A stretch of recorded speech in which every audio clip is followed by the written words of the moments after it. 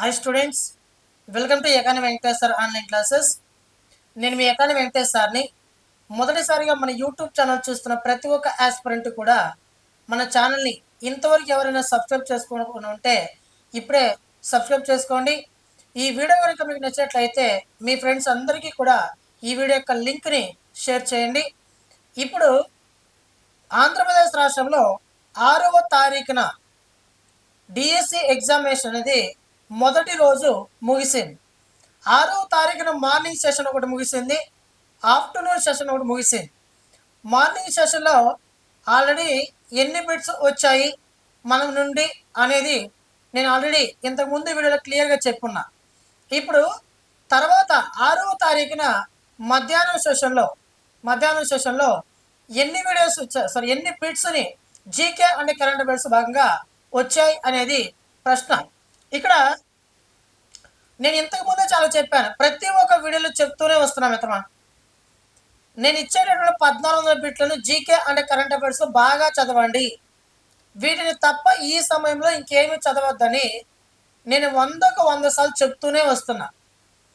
మీరు చాలామంది నెగ్లిజెన్స్ చేశారు. నేను ఫస్ట్ సెషన్లో దాదాపు 10 నుంచి 12 ప్రశ్నలు మన నుంచి డైరెక్ట్ బిట్లు వచ్చాయి, వాటిని ప్రూఫ్తో సహా మీకు నేను నిరూపించాను. మీరు ప్రూఫ్ కనుక ఇప్పటికి కూడా మీరు ఫస్ట్ సెషన్లో మన 1400 GK and current affairs bits నుండి 12 ప్రశ్నలు, 10 ప్రశ్నలు, 12 ప్రశ్నలు డైరెక్ట్గా మన బిట్స్ నుండే రావడం అనేది జరిగింది ప్రూఫ్తో సహా. ఇక్కడేదో ఎవరిదేదో మెప్పించుకోవాలనో లేదా ఒప్పించుకోవాలనో లేదా నాకు నేను గొప్పగా చెప్పుకోవాలనో లేదా సెల్ఫ్ డబ్బా కాదు మిత్రమా. నిజంగానే 6వ తారీఖున ఉదయం జరిగినటువంటి సెషన్లో 12 బిట్ల దాకా అంటే డైరెక్ట్గా 10, 9, 8 అలా వచ్చాయి, మిగతా వరకు ఇండైరెక్ట్గా వచ్చాయి. అంటే 6 మార్కులు స్కోర్ చేసే విధంగా మన బిట్స్ నుండి రావడం అనేది జరిగినది. ఆ ప్రూఫ్ కనుక మీరు చూడాలనుకుంటే ఈ వీడియో క్రింద డిస్క్రిప్షన్లో వాట్సాప్ ఛానల్ లింకు, మన యాప్ లింకు, టెలిగ్రామ్ లింక్ 3 ఉంటాయి. ఈ 3 లింకులో వాట్సాప్ ఛానల్ లింక్ ఒకటి ఉంటుంది. ఈ వీడియో కింద డిస్క్రిప్షన్లో వాట్సాప్ ఛానల్ లింక్ ఉంటుంది.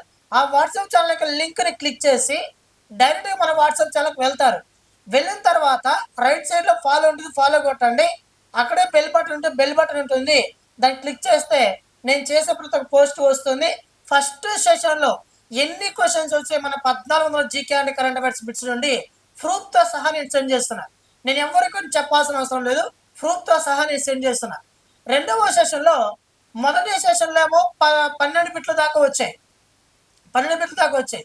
రెండవ సెషన్లో 15 బిట్ల దాకా వచ్చాయి. నేను ఫస్టే చెప్తున్నా మిత్రమా, 1400 బిట్లని ఈచ్ అండ్ ఎవ్రీ పాయింట్ చదవండి అని చెప్తున్నా. కానీ ఏదో మిత్రమా గుర్తుంచుకోండి, డిఎస్సిలో స్టేట్ టాపర్ కూడా సైకాలజీ చేస్తాడు, పిఐఈ చేస్తాడు, జాగ్రఫీ స్కోర్ చేస్తాడు, మ్యాథ్స్ స్కోర్ చేస్తాడు, మీ అన్ని స్కోర్ చేస్తాడు. కానీ జీకే అండ్ కరెంట్ అఫైర్స్ సబ్జెక్టులు వాడు కష్టమని వదిలేస్తాడు. ఇప్పుడు కూడా డిఎస్సి పేపర్లో జీకే అండ్ కరెంట్ అఫైర్స్ అనేది ఈజీగా రాలేదు. మీకు ఆల్రెడీ నేను చెప్పాను, 8 మార్కులకి ఎస్జిటి వాళ్ళకి జీకే అండ్ కరెంట్ అఫైర్స్ ఉంటే 10 మార్కులకి ఎస్ఏ వాళ్ళకు ఉంటే 10కి 10 మార్కులు వచ్చేస్తాయి కదా సార్ అని చాలామంది ఎగతాళి చేశారు. ఓకేనా, 10కి 10కి రావని నేను 100కి 100 సార్లు చెప్పాను. ఎస్ఏ వాళ్ళకి 10కి 10 తెచ్చుకోవడానికి అవకాశం లేదు కరెంట్ అఫైర్స్ నేను ముందే చెప్పాను, ప్రతి ఒక్క వీడియోలో చెప్తున్నా. ఓకేనా, అది ఎస్జిటి వాళ్ళు 8కి 8 కరెంట్ అఫైర్స్ తెచ్చుకోవడం సాధ్యం కాదని ఇంతకు ముందే చెప్పాను. కానీ ఎస్జిటి వాళ్ళు 8 మార్కులకు గాను 5 మార్కులు స్కోర్ చేయొచ్చు కరెంట్ అఫైర్స్లో అని చెప్పాను. ఈ 10 మార్కులు గల ఎస్ఏ సబ్జెక్ట్లో 6 నుంచి 7 మార్కుల వరకు స్కోర్ చేయొచ్చు అని చెప్పాను. నిన్న మన డిఎస్సి ఎగ్జామినేషన్ ఫస్ట్ సెషన్లో, సెకండ్ సెషన్లో ఎవరినైనా అడగండి 6 నుంచి 7 బిట్లు మాత్రమే మాకు చెప్పుకుంటారు. వాళ్ళు 10 వస్తాయి, 12 వస్తాయి, 15 వస్తాయి ఎన్నో చెప్పుకుంటారు. కానీ వాళ్ళకు వచ్చేది మాత్రం 6 నుంచి 7. మన బిట్స్ నుండి కూడా 6 నుంచి 7 మార్కుల వరకు మాత్రమే నేను కూడా మీకు ప్రూఫ్ చూపించగలుగుతున్నాను. ఎందుకనేసి అంటే ఎప్పుడు కానీ జీకే అండ్ కరెంట్ అఫైర్స్ 100కి 100% స్కోర్ చేయడం అసాధ్యం మిత్రమా. ఓకేనా, 10 మార్కులు గల ఎస్ఏ సబ్జెక్ట్లో, 10 మార్కులు గల టీజీటీ ఎగ్జామ్లో 6 నుంచి 7 మార్కులు తెచ్చుకోవచ్చని ముందే నేను చెప్పాను. నిన్న ప్రూఫ్ నిరూపించాను. రేపు డిఎస్సి ఎగ్జామినేషన్లో 8కి 8 మార్కులు తెచ్చుకోవడానికి అవకాశం లేదు, కానీ 5 మార్కులు తెచ్చుకోవడానికి అవకాశం ఉంది. మన బిట్స్ని మాత్రం చదవండి. నేను ప్రూఫ్తో సహా కానిస్టేబుల్ ఎగ్జామ్లో నేను నిరూపించాను.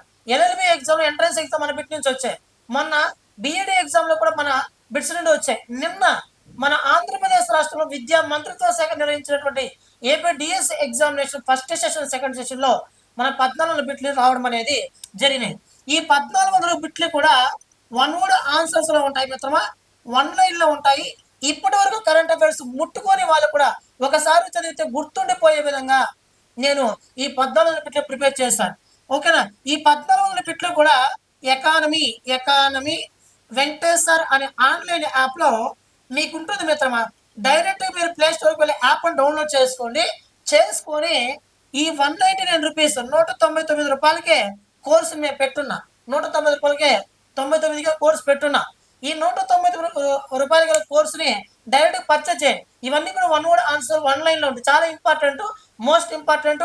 డిఎస్సి ఎగ్జామ్ నిరూపించాను. రేపు డిఎస్సి ఎగ్జామ్ పూర్తయ్యే వరకు కూడా ఎస్ఏ వాళ్ళకి 6 మార్కుల వరకు, ఎస్జిటి వాళ్ళకి 5 మార్కుల వరకు ప్రూఫ్తో సహా నిరూపించే బాధ్యత నాది. ఆల్రెడీ నిరూపించాను, రేపు వచ్చే ఎగ్జామ్ కూడా నిరూపిస్తాను. ఆంధ్రప్రదేశ్ రాష్ట్రంలో కరెంట్ అఫైర్స్ చెప్పేటటువంటి ప్రతి ఒక్క ఫ్యాకల్టీ కూడా మన కానిస్టేబుల్ ఎగ్జామ్లో గంతులేసి ఎగిరెగిరి ఫాస్ట్గా గట్టిగా చెప్పారు, ఇదిగో మా బిట్ల నుంచి వచ్చాయి. కానీ ఈరోజు ఆంధ్రప్రదేశ్ రాష్ట్రంలో డిఎస్సి ఎగ్జామినేషన్లో కరెంట్ అఫైర్స్ నుంచి ఇదిగో మా బిట్లు వచ్చాయి, ప్రూఫ్ ఇదిగో అని చూపించేటటువంటి కరెంట్ అఫైర్స్ ఫ్యాకల్టీ ఒక్కర్లేదు మిత్రమా. అది నేను చెప్తాను కదా, నా ప్రూఫ్తో సహా మన వాట్సాప్ ఛానల్లో చూడండి. నేను బ్రహ్మాండంగా మన ప్రూఫ్తో సహా పెట్టున్నా. ఓకేనా? అన్నీ వెతుకుతున్నా, బిట్లన్నీ ఒక్కొక్కటి వెతుకుతున్నా. నేను వెతికి చాలా స్లోగా వెతకాలి. ఆ బిట్స్ నేనే రాసి చేత్తో నేనే ప్రింటింగ్ ఇచ్చి నీట్గా అప్లోడ్ చేశాను. ఈ 14 బిట్ల పీడిఎఫ్, ఈ 14 బిట్లను పీడిఎఫ్ రూపంలో అప్లోడ్ చేస్తున్నా. సరే, ఈ 14 బిట్లను నేను యాప్లో చదవడానికి నాకు కష్టం సార్, నాకు ఐ ప్రాబ్లం ఉంది సార్, మొబైల్ చూడడానికి నాకు ఇష్టం లేదు సార్, నేను ఒక పీడిఎఫ్ ఉంటే ఆ 14 బిట్లను పీడిఎఫ్ ఉంటే ఇచ్చేసాను సార్, నేను ఒకసారి చదివి వెళ్ళిపోతాను సార్ అని అంటే ఓకే, జిరాక్స్ కూడా ఇస్తా, జిరాక్స్ తీయించుకొని హ్యాపీగా చదువుకో. నీకు పీడిఎఫ్ కావాలంటే ఈ నెంబర్ కాల్ చేయి, 9030539097కి కాల్ చేయి. ఈ నెంబర్కి కాల్ చేసావనుకో, నేను ఈ పీడిఎఫ్ ఇస్తాను, పర్సనల్గా వాట్సాప్ ఛానల్ షేర్ చేస్తాను. ప్రశాంతంగా నువ్వు జిరాక్స్ తీయించుకొని ఒక్కసారైనా చదివి వెళ్ళండి. మీ జీవితం ఈ కరెంట్ అఫైర్స్తోనే మారబోతుంది మిత్రమా. ఎవరైనా స్కోర్ చేస్తారు. ఒక 4 మార్కులు తెచ్చుకొని 4 మార్కులు తెచ్చుకొని మీ జీవితం టాపర్గా నువ్వు ఫస్ట్ ర్యాంక్లో ఉంటావు. ఫస్ట్ గుర్తుంచుకో, ఓకేనా? నీకు సోర్స్ తీసుకొచ్చేసాను, ఎక్కడి నుంచో నువ్వు చదవాల్సిన అవసరం లేదు. నేను నా 14 బిట్ల నుంచి చదివితే చాలు, ఓకేనా? ఇది మాత్రం చదవండి, మీకు నేను షూరిటీ ఇస్తున్నా, నిరూపిస్తూనే ఉంటాను. ఓకేనా? గుర్తుంచుకోండి. పీడిఎఫ్ కోసం కావాలంటే ఈ నెంబర్ కాల్ చేయండి. మీరు డైరెక్ట్ యాప్లో పర్చేజ్ చేయాలంటే దీని యాప్లో పర్చేజ్ చేయండి. అయితే పీడిఎఫ్కి కొద్దిగా అమౌంట్ ఎక్స్ట్రా తీసుకుని ఆ పీడిఎఫ్ వాళ్ళకి ప్రొవైడ్ చేయడం అనేది జరుగుతుంది మిత్రమా. ఇప్పుడు మొన్న డిఎస్సి ఎగ్జామినేషన్లో ఫస్ట్ సెషన్లో మన 14 బిట్ల మెటీరియల్ ఇదే మిత్రమా. మీకు చదివే కష్టంగా ఉంటే ఇదిగోండి, ఇది మన మెటీరియల్. చాలా సింపుల్గా ఉంచండి మెటీరియల్. ఇది మన మెటీరియల్. ఈ మెటీరియల్ని గట్టిగా కొడితే రోజు 14 గంటలు చొప్పున కూర్చుంటే 2 రోజుల్లో చదివేయచ్చు ఈ బిట్స్ని చదివి వెళ్ళండి. నా మాట వినండి, మీ లైఫ్ మారిపోతుంది. నేనేదో సెల్ఫ్ డబ్బా కొట్టుకోవడం కాదు, ప్రతి ఒక్క వీడియోలు చెప్తున్నా. 14 బిట్లు చదవండి. ఎంత కష్టపడి ప్రిపేర్ చేశాను తెలుసా మిత్రమా. ఇవి అంత ఆశమాశ కాదు మిత్రమా, ఓకేనా? ఇది మన బిట్స్ మిత్రమా.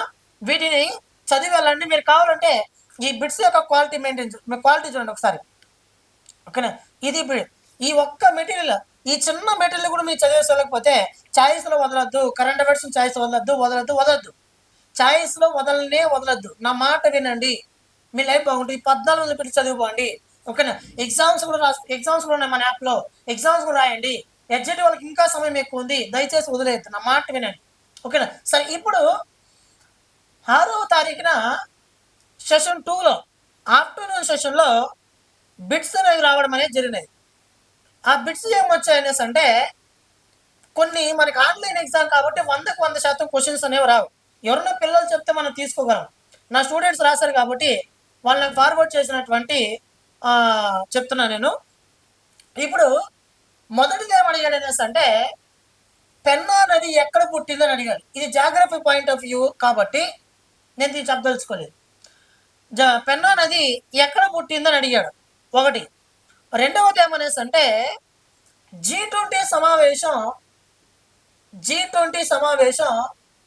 2026లో ఎక్కడ జరుగుతుందని అడిగాడు. G20 సమావేశం 2026లో ఎక్కడ జరుగుతుందని అడిగాడు. సారీ, ఎక్కడ జరిగిందని 2024లో, 26 కాదు, 2024లో ఎక్కడ జరిగిందని అడిగాడు. మిత్రులు గుర్తించుకో, G20 సమావేశం 2024లో 23లో వచ్చి మన ఇండియాలో న్యూఢిల్లీ కేంద్రంగా ముగిసింది. ఓకేనా. ఇది 18వ G20 సమావేశం. 19వ G20 సమావేశం వచ్చి 2024లో వచ్చి బ్రెజిల్లో జరిగింది. 2025లో వచ్చి సౌత్ ఆఫ్రికాలో జరుగుతుంది. 2026లో వచ్చి అమెరికాలో జరుగుతుంది. ఇది G20కి సంబంధించినటువంటి ఇన్ఫర్మేషన్. మన బీఈడీ ఎగ్జామ్లో G20 సమావేశం యొక్క థీమ్ను గుర్తించమన్నాడు. One family, one earth, one family, one future. One earth, one family, one future. G20 theme అడిగాడు. ఓకేనా. అది పెట్టడం అనేది జరిగేది 2024లో ఎక్కడ జరిగిందని అడిగాడు. గుర్తుంచుకోండి. ఇక్కడ బ్రెజిల్లో జరిగింది మిత్రమా 2024లో. 2023లో వచ్చి మన ఇండియాలో జరిగింది. మన ఇండియాలో జరిగినటువంటి G20 సమావేశంలో ఆఫ్రికన్ యూనియన్కి శాశ్వత సభ్యత్వాన్ని ఇచ్చారు. అది బిట్ అడిగాడు. నెక్స్ట్ అదేవిధంగా హాకీ వరల్డ్ కప్ 2026లో 2026లో ఇది కూడా మన బిట్స్ నుండి ఉంది మిత్రమా. ఇది మన బిట్లో ఉంది. 2026లో హాకీ మెన్స్ వరల్డ్ కప్ 2026లో ఎక్కడ జరుగుతుందని అడిగాడు. ఒకటి బెల్జియం మరియు నెదర్లాండ్స్. అనే 2 దేశాల్లో జరుగుతుంది. ఇది కూడా మన బిట్స్లోనే ఉంది. నెక్స్ట్ అదేవిధంగా మొట్టమొదటి ఆసియా క్రీడలు ఏ దేశంలో ముగిశాయి అని అడిగాడు. మొదటి ఆసియా గేమ్స్, మొట్టమొదటి ఆసియా క్రీడలు ఎక్కడ ముగిశాయి అని అడిగాడు. ఎక్కడ ముగిశాయంటే మన భారతదేశంలో ముగిశాయి. న్యూఢిల్లీ కేంద్రంగా భారతదేశంలో ముగిశాయి. న్యూఢిల్లీ కేంద్రంగా 1951లో ముగిశాయి. 1951లో ముగిశాయి. నెక్స్ట్ అదేవిధంగా గ్రీన్ వరల్డ్ ఎన్విరాన్మెంట్ అవార్డ్ 2024లో గ్రీన్ వరల్డ్ ఎన్విరాన్మెంట్ అవార్డు అనేది ఆయిల్ ఇండియా కార్పొరేషన్కి వచ్చింది. 2024 ఇయర్లో గ్రీన్ ఎన్విరాన్మెంట్ అవార్డు అనేది ఎవరికి వచ్చింది అనేసి అంటే ఆయిల్ ఇండియా కార్పొరేషన్కి వచ్చింది. నెక్స్ట్ అదేవిధంగా ఆర్మీ శిక్షణ సంస్థ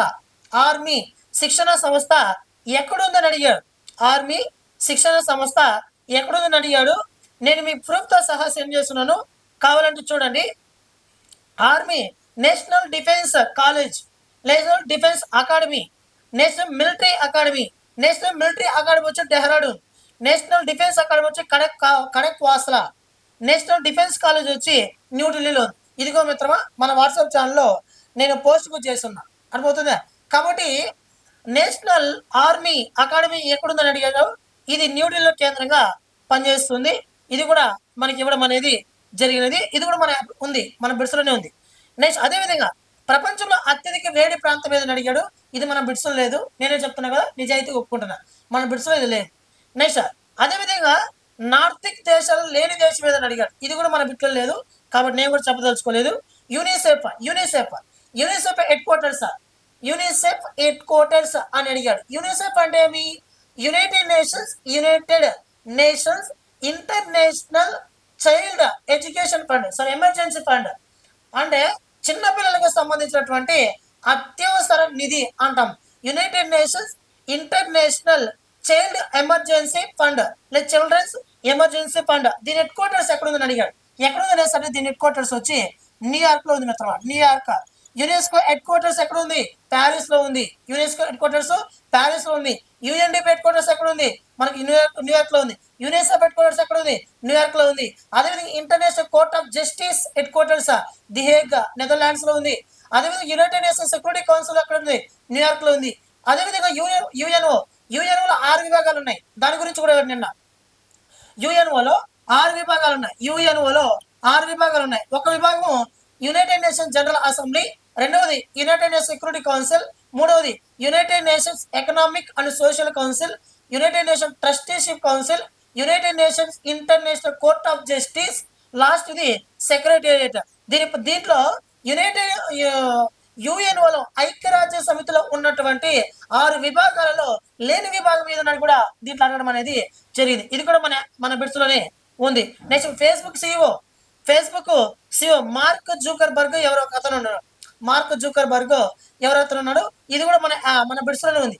Facebook CEO, YouTube CEO Neal Mohan, అదేవిధంగా ట్విట్టర్ సిఇఓ లిండా యాకారినో, ఇలా Facebook CEO, Amazon CEO, Flipkart CEO, YouTube CEO, Google CEO ఉంటారు కదా.